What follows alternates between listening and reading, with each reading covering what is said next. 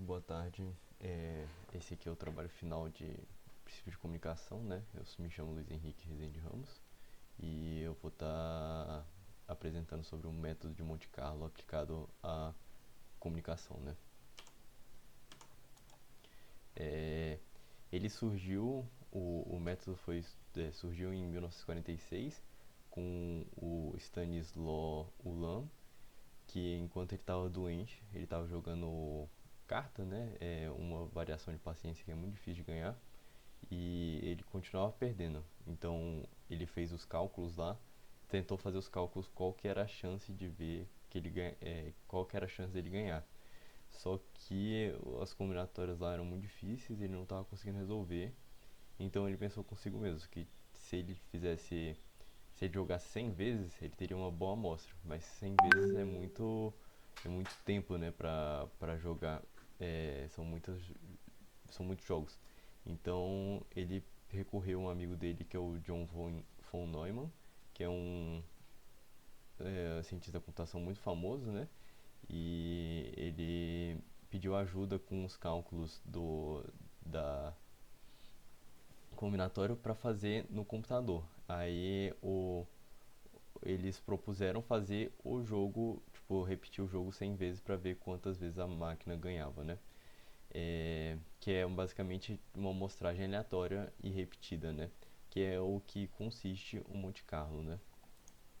Aí alguns conceitos básicos aqui, né? Antes de começar a aplicação em, em telecomunicações, né? É, Primeiro eu vou começar com estatística inferencial, né? E o que é isso? Você tem uma população e se você retira uma amostra da população, você consegue caracterizar a população inteira a partir daquela amostra. Se essa amostra for representativa da população, né? E o que significa? Para ela ter uma confiança boa, o tamanho da amostra tem que ser o suficiente e a variância da amostra tem que é, tem que ser próxima à média, né? O que significa que, por exemplo, se eu jogo aqui no próximo slide, né? Se eu jogo um dado, uma moeda para cima duas vezes, né? E ela cai as duas vezes cara, você não pode inferir que a probabilidade da moeda cair cara é 100% só dessas duas amostras, né, que você tirou. Você vai precisar jogar a moeda várias vezes para ter uma certeza que aquele valor que você está encontrando de porcentagem é o valor que corresponde realmente ao desejado. Aqui a gente pode ver, né, eu fiz a simulação em Python justamente disso, que no início aqui, né, o valor, a porcentagem de cara, ela varia muito aqui entre 0 e 100 basicamente, né? E com o passar das simulações, ela vai tendendo aqui a média de 50% e se fizesse mais simulações, ela tenderia cada vez mais à média de 50%, que é justamente o que a lei dos grandes números nos diz, que quanto mais a gente testar, simular uma probabilidade, mais ela vai tender à probabilidade P que, que ela é para convergir, né? Aí, outro conceito, né, é o nível de confiança em intervalo, né? Que basicamente, tipo, se você fala que tal time tem 50% de chance de ganhar, isso é meio assim, não transmite muita segurança só com isso, né? É mais confiável representar isso via um intervalo de tempo que é o intervalo de confiança, né? Que aqui, por exemplo, nesse exemplo, o, o time ganhar, né, seria entre 50 e 56%, entre 44 e 56%. Só que isso aqui é apenas com 80% de nível de confiança. Aqui, com 90% de nível de confiança, seria entre 42 e 58%. E com 95% seria entre 40 e 60%. Aí você pode ver que a estatística varia muito entre quanto mais você tem confiança que aquele seria o resultado certo. Mas aí você tem que ponderar o que é mais significativo. Você tem um nível de confiança menor e um intervalo menor também, ou um nível de confiança maior e um intervalo maior, né? Aí, por fim, a gente vai chegar aqui por fim dos conceitos básicos, a gente vai chegar na regra empírica. O que ela diz? Que 68% dos valores de uma amostragem, ele vai estar com amostras suficientes, né? Ele vai estar entre um desvio padrão da média, né? Ou seja, aqui é a média, né, dessa curva gaussiana, e ele vai estar entre um desvio padrão para cima e um desvio para baixo. E 95% dos dados vai estar entre dois desvios padrões, né? Então aqui entre a média e mais dois desvio padrão e a média e menos dois desvio padrão. E 99,7 vai estar em três desvios padrões. Então a gente pode ver que uma diferença só de 4%, né, 4,7%, resulta em um desvio padrão a mais do, do intervalo de confiança, né? Então aí você tem que realmente ponderar. Normalmente em engenharia é usado o de 95% de confiança. Aí começando com os exemplos, né, do Monte Carlo e como é que ele pode ser usado para telecomunicações e engenharia eletrônica no geral, né?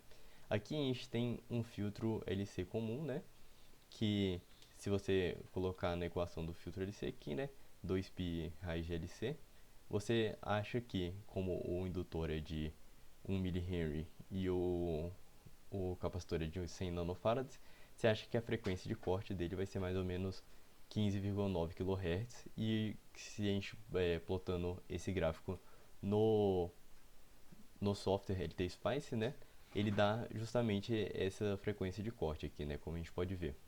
Só que quando a gente se trata de componentes reais, eles nem sempre possuem características ideais, né? Eles têm tolerância e usando a tolerância de 10%, que é muito comum para componentes mais baratos, né? A gente pode ver que e utilizando o método de pior cenário possível, né, para simular, a gente pode ver que a curva, a frequência de corte varia bastante, né? Aqui seria mais ou menos o caso ideal, né, 15,9 Hz, kHz, e aqui seriam as outras simulações dos piores casos, ou seja, se a gente pegar aqui, seria o 1 mH mais 10%, os capacitor mais 10% e o resistor mais 10%, ou o resistor aí variando cada um deles, né? Isso, esse método de análise, ele pode ser muito útil para circuitos menores, né? Como, por exemplo, esse tem três componentes só, e a variação de 10% fazendo entre eles, você pode obter essas curvas características com 2 elevado a n simulações, sendo n a quantidade de componentes. Como nesse aqui é 3 só, a gente precisa de 8 simulações, né, para obter todo o gráfico, né? Então, 8 simulações é muito rápido para o software fazer, então é facilmente fazível, né? Mas se a gente quer uma quantidade maior de um circuito com uma quantidade maior de componentes, como por exemplo um circuito com 20 componentes, aí o número de simulações já vai para 1 milhão. Enquanto um Monte Carlo você pode obter, dependendo do circuito, dependendo de algumas outras coisas, você pode obter um resultado com uma confiança elevada, com apenas 200 a 1000 simulações. Aqui a gente pode ver o Monte Carlo, né, com 200 simulações, né, do mesmo circuito LC aqui atrás. No software LT Spice também, aí a gente pode ver que as curvas elas têm a média mais ou menos 15,9 kHz aqui, né, que a maioria está tendendo para esse meio, mas a gente pode ver que também tem alguns casos bem, bem ruins aqui nos cantos, né, que dependendo da empresa não tem como aceitar. Se você quer um filtro com uma frequência de corte 15,9 kHz, você não pode aceitar um filtro que tem uma frequência de corte de 14,450 kHz ou 17,600 kHz, né? Aí, se você quiser diminuir, né, essa, essa, essa discrepância dos dados, né, ideais com os dados que você reais, né, que você obteve, você pode diminuir a tolerância dos componentes, né? Só que isso vem com um custo que é basicamente custo monetário, né? Porque quanto menos tolerância tem os componentes, mais caros eles vão ser.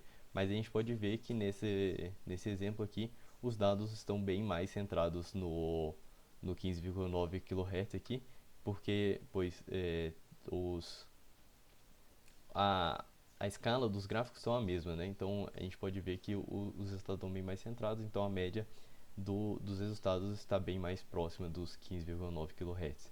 E dependendo, ainda assim não será suficiente, né? Então a gente pode abaixar cada vez mais o, o valor das tolerâncias, né? Só que é, chega um ponto que é inviável. Então, às vezes é melhor você descartar é, as pequenas falhas que vão ter, né, dos circuitos, do que ter que comprar componentes mais caros só para evitar que entre mil componentes montados você tenha três falhas, né? Aí aqui eu fiz também o, a simulação usando o software Python, que dá para ver melhor, né, a distribuição de dados numérica, né? Aqui a gente pode ver com 200 interações e 10% de tolerância, né? A gente obtém uma curva que, dependendo do caso, dá para ver que ela é mais gaussiana com a média é, é, de 15,9 kHz, né? Aí aqui a gente pode ver que, apesar dela ter uma aparência relativamente gaussiana, ela ainda não tem a curva certinha, né? Já se a gente aumentar para 1000 interações, né, ela possui a curva mais característica gaussiana, que seria o ideal, né, que a maioria dos componentes, reforçando o nosso conhecimento, né, que a maioria dos componentes estaria entre os 15,9 kHz aqui, né. Já só com 200 simulações a gente pode ver que às vezes tem algumas discrepâncias que várias simulações caem aqui nesse exemplo de 6,7 kHz, né? Aí, tendo isso em mente, né, foi repetido o teste de Monte Carlo com 1000 interações, 10% de tolerância. A gente pode ver que, diferentemente do último teste, né, há mais casos nas extremidades, né, ou seja, que se você fizer 1000 circuitos daquele lá, vão ter mais casos que vão. Não mais casos, né? Mas vai ter mais casos, né? Mas não porcenta, em percentual ele não vai ser maior, né? Mas essa diferença é significativa, dependendo dos circuitos que você vai fazer, né? Ele é bem negativo essa quantidade de casos aqui com a diferença tão grande do centro, né? E aqui do outro lado também, né? Já aí eu realizei de novo o Monte Carlo com 1000 interações e 5% de tolerância, e ele obteve um comportamento similar ao último, né?